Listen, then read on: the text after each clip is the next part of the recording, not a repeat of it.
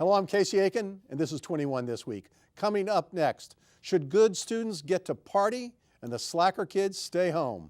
With elections becoming so expensive, should there be public financing of local elections? And are most cigarette reforms just more feel-good legislation by anti-smoking zealots? Our panel of insiders will give you the story behind the story. We're joined by education activist Cynthia Rubenstein. Back for a special guest appearance, Republican lawyer Liz Rubin, Republican activist Judy Vandergriff, and Democratic activist Sam Statland. Stay tuned for these stories and more on the next 21 This Week.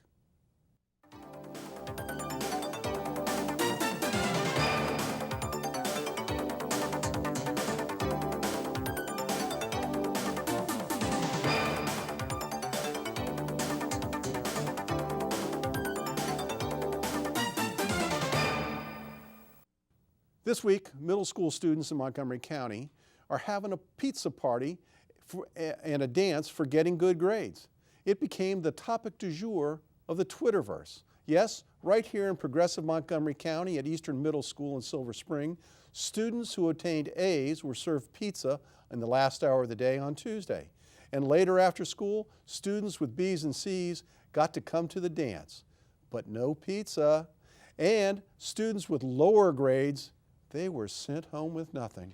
Sam, is this academic achievement celebration an appropriate manner to celebrate good grades and to motivate or just to punish the kids? I happen to think, Casey, it's a great idea because in the real world, one is rewarded for their incentives. Those people who work hard get raises. They get advances. They get the prettiest girl, make more money, buy big cars, and live the American dream. If we can teach it in middle school, I'm for it. Thank you, Sam. Cynthia, isn't this just what real life is all about, as Sam's indicated? Work hard, be successful, get rewarded for your efforts. So what's wrong with delivering that message to the little darlings in middle school? Well, I was at Eastern Middle School on Tuesday because my organization has after-school programs there. And what I observe and know about the middle schoolers there is that middle schoolers don't do anything. The proper incentive for a middle schooler to get good grades is their own intrinsic and inner drive. It's not the pizza parties and the parties after school that makes them get good grades. I don't know a middle schooler who would say, I'm going to get good grades and straight A's so that I can have pizza after school. So I think the parties are fine. I think they went a little overboard by excluding kids with B's and C's from the straight A party. Because other schools do these parties and they include anybody who has a C average and above for the party. Liz, your children attend a public school. Was this a good idea or a bad idea? Well, I asked one of my daughters what she thought of it, and she said, you know, that grades are so subjective that it's probably not fair because it doesn't accurately reflect necessarily who is working hard. I mean, you could have a kid who is studying really hard and trying really hard and only getting C's because that's what they were able to attain, and they would feel really bad and, you know, sorry, but that's not what you're trying to reward. Are you trying to reward the hard work? Their self-esteem would be hurt? Is that what you're saying? Well, is that what you really need to do in middle school? I think there's enough cliques and enough social problems in middle school. I mean, there's ways to reward it, and rewarding it with a pizza party is nice, but not. Like Cynthia said, don't go overboard by excluding people. We have an interesting diversion of opinion. So, Judy, what do you think about all this? I think that in middle school, it's not appropriate to give that kind of reward for good grades because it's such a no man's land. Academically, they're growing at such different rates of speed and they're maturing intellectually at different rates of speed. I have, 4 grandchildren. We've all been through middle school. I've got 2 in high school right now. And middle school is just almost a social and academic growing period. It's a big playpen. It may be appropriate in elementary school, and certainly high school teams and robotic teams, swim teams have their own parties, and they're all school-oriented and group-oriented. middle school, they need something else for reward, just the grade. Oh my, Judy, oh don't you my, think- oh my goodness! This is such a divergence. The guys think you got to get tough on these kids, and the ladies think, oh, we can't hurt their little self-esteem. Sam, Judy, not what don't we're you saying. think that the That's kids? not what we're saying. Don't you No. think that sure it is. it's a good maturing and learning experience to find out through a very small program, and I think that this does get overblown, that you're rewarded by trying hard. But look at Eastern. Eastern Middle School has a magnet school within the school. There's already a caste system at Eastern Middle School, where the kids, a whole separate like institution within an institution. And the kids, and it's not just the feel bad. I go back to the incentive. I think the incentive for grades should not be rewarded by external things, but it should be rewarded by your own internal satisfaction. You don't need these external parties and pizzas If you have the for all magnet this. school within the school, then there's already kids into school who are naturally going to be getting higher grades. That's sort of a given. So the kids who are going to be there anyway are going to be possibly excluded. I went to a source. I polled my former assistant, Marge, who now works in the Prince George's County School System, teaching 7th grade. And her opinion was right on. You've got to set incentives to make some of the kids work harder because they really don't get it at home and they don't work hard. You got to give the slacker kids a reason to work harder. I completely disagree. I don't think pizza parties make slacker kids get good grades. I have a question. If a child fails a subject, should that child be required to make it up in summer school to move on to the next grade, which was what happened when I was in school in D.C.? I don't think Or it's. should they be moved ahead? Well, it's a lot of kids are encouraged to attend summer school in Montgomery County Public Schools because their grades are not on a par where they should be. But they're not required to go, but they're highly encouraged. And their parents are encouraged to be in summer school. Look where we are worldwide. Honest to goodness, we're just saying that everybody should be treated the same. Come on, the world isn't like that. People who work hard are more successful. But like Liz said, there are kids who work hard. There might be a kid who, to the best of the child's ability, gets a C in Algebra 1, and another student for whom math is just, a natural gets an A. You don't award the student who works really hard to make that C for the effort? In or just sports, don't exclude them, I think. don't exclude them. Excluding. Look, in sports today, if you want to play high school sports in Montgomery County, you have to have a C average or you're not playing. Now, why do we put up with people graduating college who have participated in sports that can't read and write? Shouldn't they have failed back in the first grade?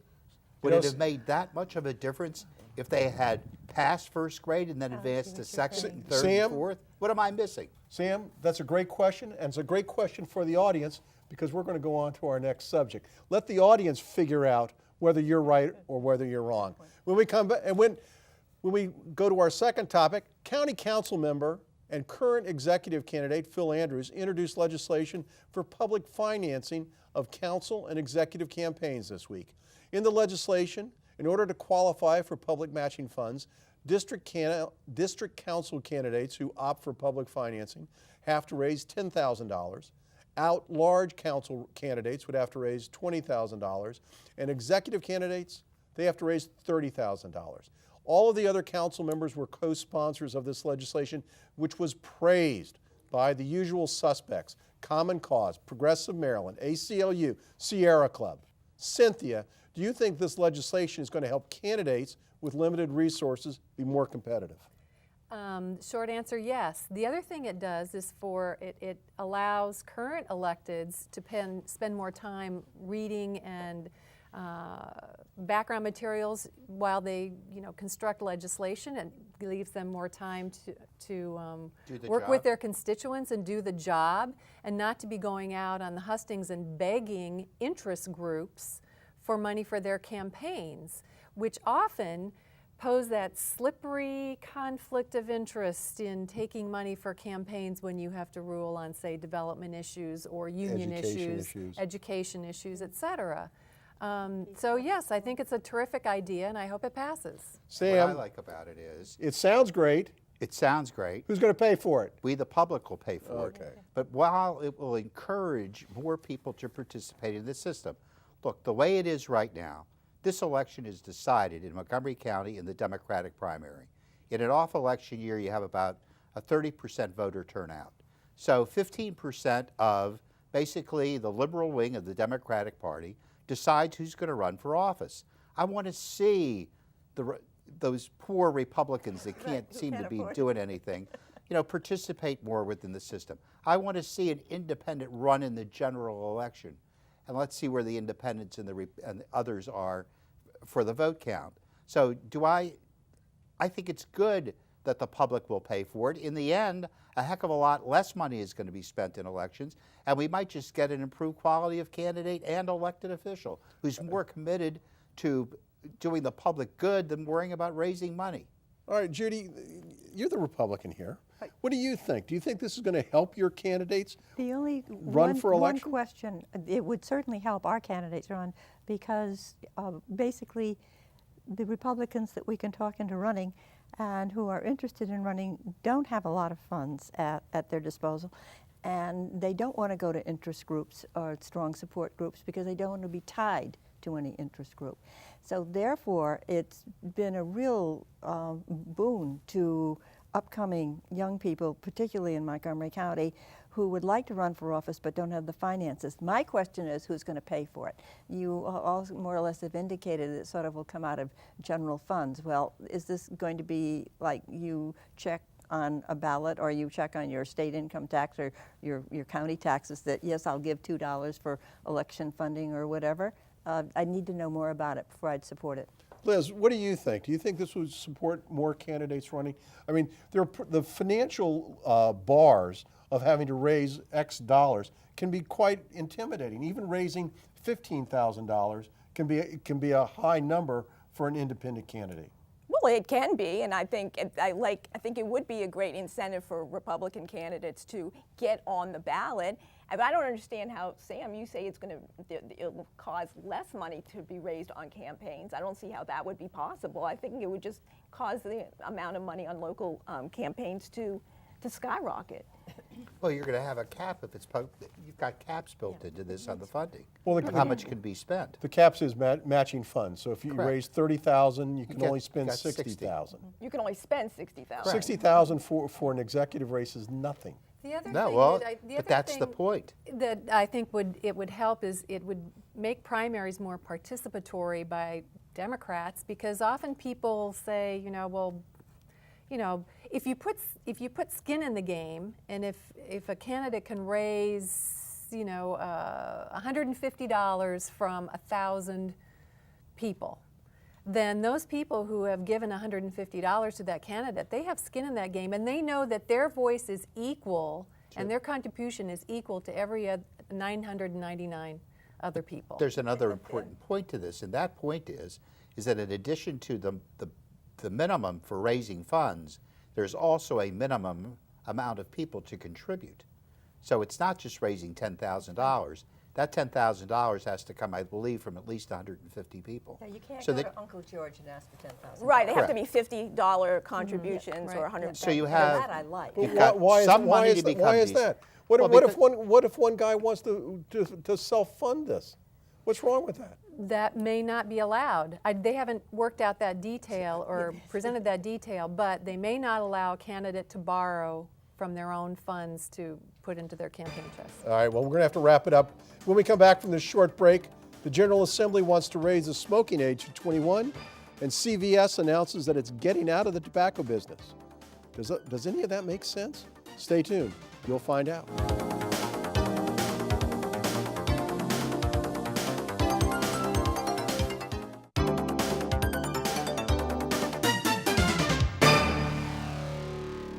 And welcome back. CVS made news this week when it announced that it would stop selling cigarettes nationwide in all of its stores by October. And in March, you'll have to be 21 to buy a cigarette in New York City, while similar legislation has been introduced in Texas, Colorado, Hawaii, Utah, and guess where else? Maryland. Judy, cigarettes are the leading cause of preventable deaths in Maryland. Are any of these changes going to have a positive effect? I would like to know a little bit more about the 4 counties we have who currently have raised the age limit to 21, and I'd also like to know what would be the trade-off to leaving it at the age of 18, but taking tobacco and tobacco products out of vending machines. Because it seems that the legislation is aimed at prohibiting very young teenagers and preteens from getting a hold of tobacco and tobacco products. There's another part of the legislation that I was reading through that somewhat puzzling, and it said that minors could be distribute tobacco and tobacco products if they did so for their employer. And I wondered what in heaven's name that was about, and wondered if it had any, if that could be offset with the kind of law we have for people serving drinks in restaurants. They have to be 21 years old. If that couldn't be worked into the legislation, in which case I would frankly leave the legislation just the way it is, age 21. People under age 21 who work for 7-Eleven or Highs Stocking. or place that sell it, unable to sell the stuff. Right.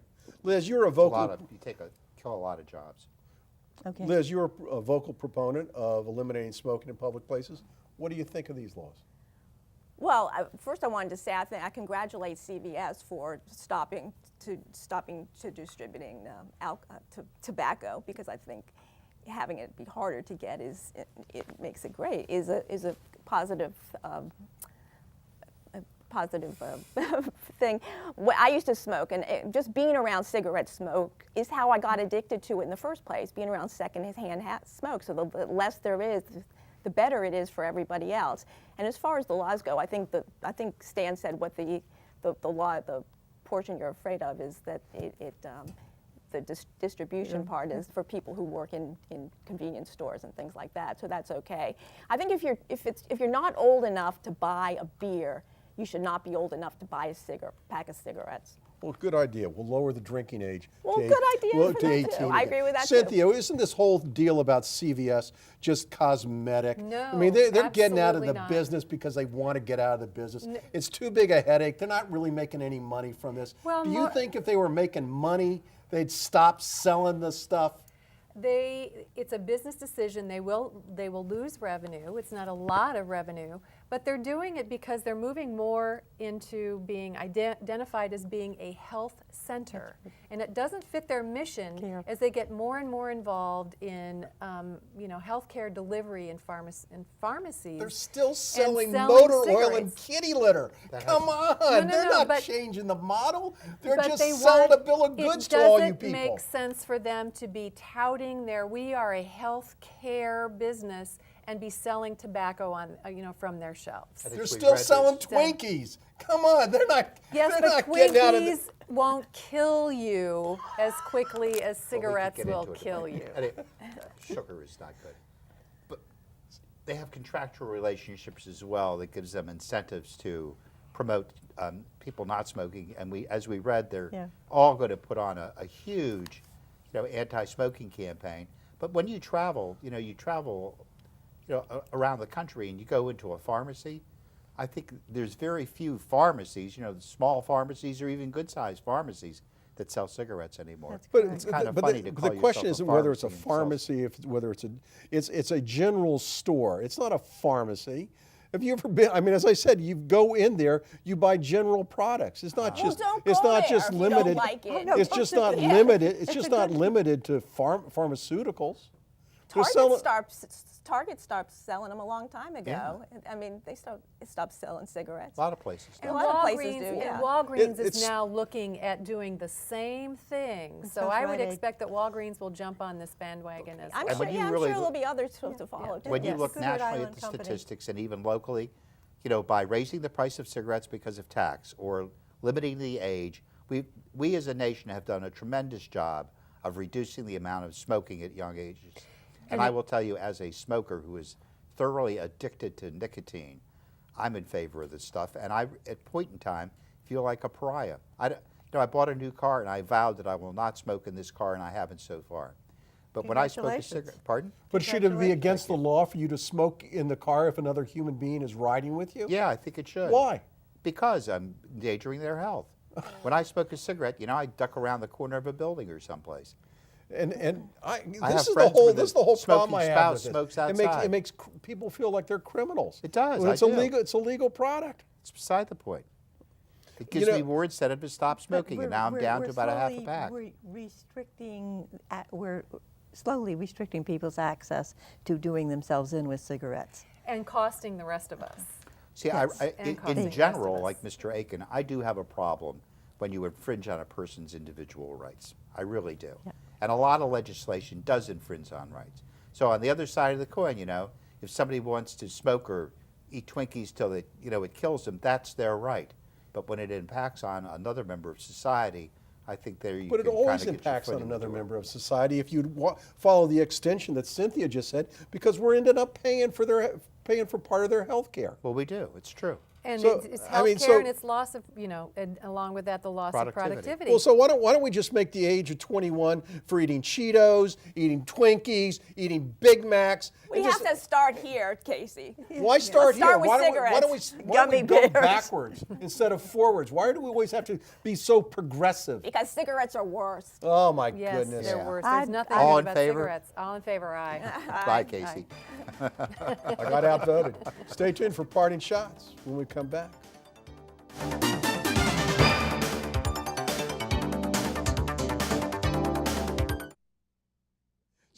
Now, welcome back with Parting Shots. Sam Statland. Well, I don't really have a party shot, but I do have a word of encouragement. As Democrats and all the gossiping that we do, there's word on the street that Mr. John Delaney, our congressman, may decide to jump into the governor's race. I think it would really liven things up a bit. John, go for it. Thank you, Sam. Not a snowball's chance, and you know where. All right, Cynthia Rubenstein, your parting shot. Back to the gubernatorial primary. On February 18th, there is going to be a transportation forum for governor's candidates in Montgomery County at Tacoma Park, Montgomery College campus in Tacoma Park. And so far on the confirmed list is Heather Mazier, Doug Gansler, Charles Lawler, and one more Republican candidate. But guess who has not confirmed? Anthony Brown, which is somewhat ironic since the state of Maryland and the governor have dedicated $400 million towards the Purple Line, and Mr. Brown has been very slow to accept this invitation. Thank you, Cynthia. Liz Rubin, you must have just be dying. You've got 3 years worth of parting shots saved up tonight. Well, it's hard to put them all into one shot, Casey. So I'll just do it this way. Now that I'm living in Annapolis, I have seen a lot of people moving to Florida. And the reason they're moving to Florida is because they don't want to pay the estate tax. It's very common. It's a very common thing. I didn't believe it to be true, but I'm seeing it with my own eyes. I'm meeting people who say, they're changing their residency. They're little snowbirds, and they go back. They come back in the summer, but they live there during the winter because of the taxes.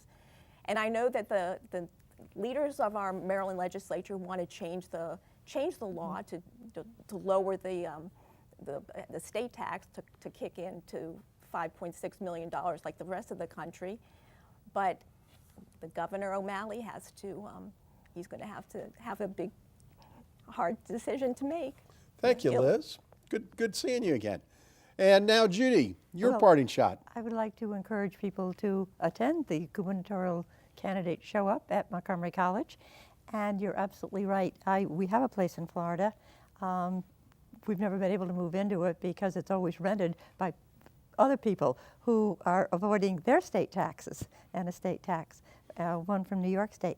So I encourage the state legislature and any gubernatorial candidate to really run on that platform, because Florida does get a lot of our snowflakes that turn into snowbirds that turn into permanent residents. Thank you, Judy, and welcome for being here tonight. Thank you. Thank you for having And I me. want to thank all of the panel for being here. And Liz Rubin is going to have a guest appearance on, what is it? What's the television show, Liz? House of Cards. House of Cards on Showtime? All right. I want to thank everybody for being Netflix. here, and I want to thank you for tuning in each and every week to Montgomery County's hardest-hitting political talk show. And remember, thank you, you can follow us on Twitter and you can like us on Facebook. For 21 This Week, I'm Casey Aiken.